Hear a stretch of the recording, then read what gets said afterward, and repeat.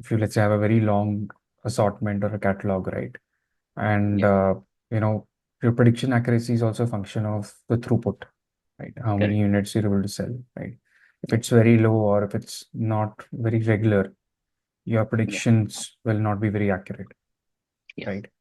So how do you handle something like that? Like, uh, so you have a catch-22 problem, right?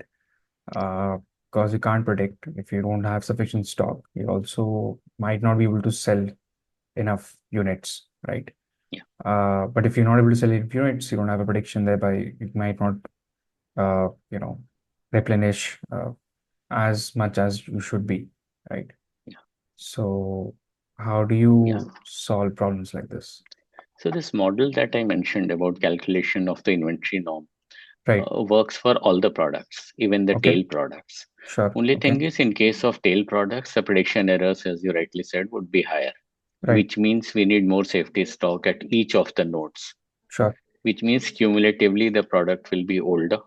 compared to a fast moving product. So if a fast Sure. moving product is, let's say, a 3 weeks is 3 weeks old on the Mm-hmm. retail shelf, the slow moving Mm-hmm. products may be 4 or 5 weeks old Sure. on the retail shelf. Sure. Now, so long as this 5 weeks is better than what the competition products have Mm-hmm. as aging, you are good Mm-hmm. to go. Okay. But Okay. if you are competing with the competitor for which this product is a fast moving product and that's Sure. only 2 weeks old compared to your 5 week old, then you have a difficult problem Okay. to Okay. handle.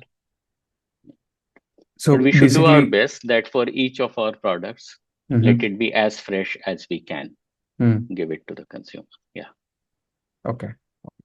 So you're saying probably work backwards from defining the age of the product that you want to maintain, right? Uh, or like the maximum age that's okay for us to sell.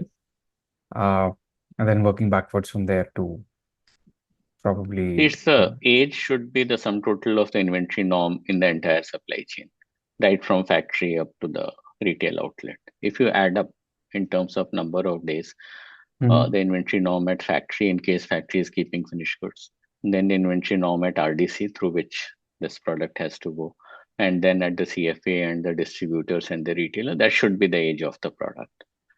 And a leaner supply chain would mean you work continuously to reduce the inventory norms at each of Hmm. the nodes so that the products are faster.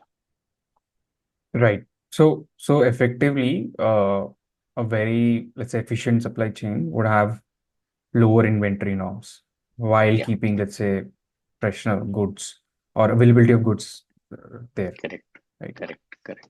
And that's why it's a counterbalancing measure. Sure. Yeah. You Yeah. shouldn't improve freshness at the cost of availability. You shouldn't improve availability at the cost of freshness. Both Right. Uh, have to be improved.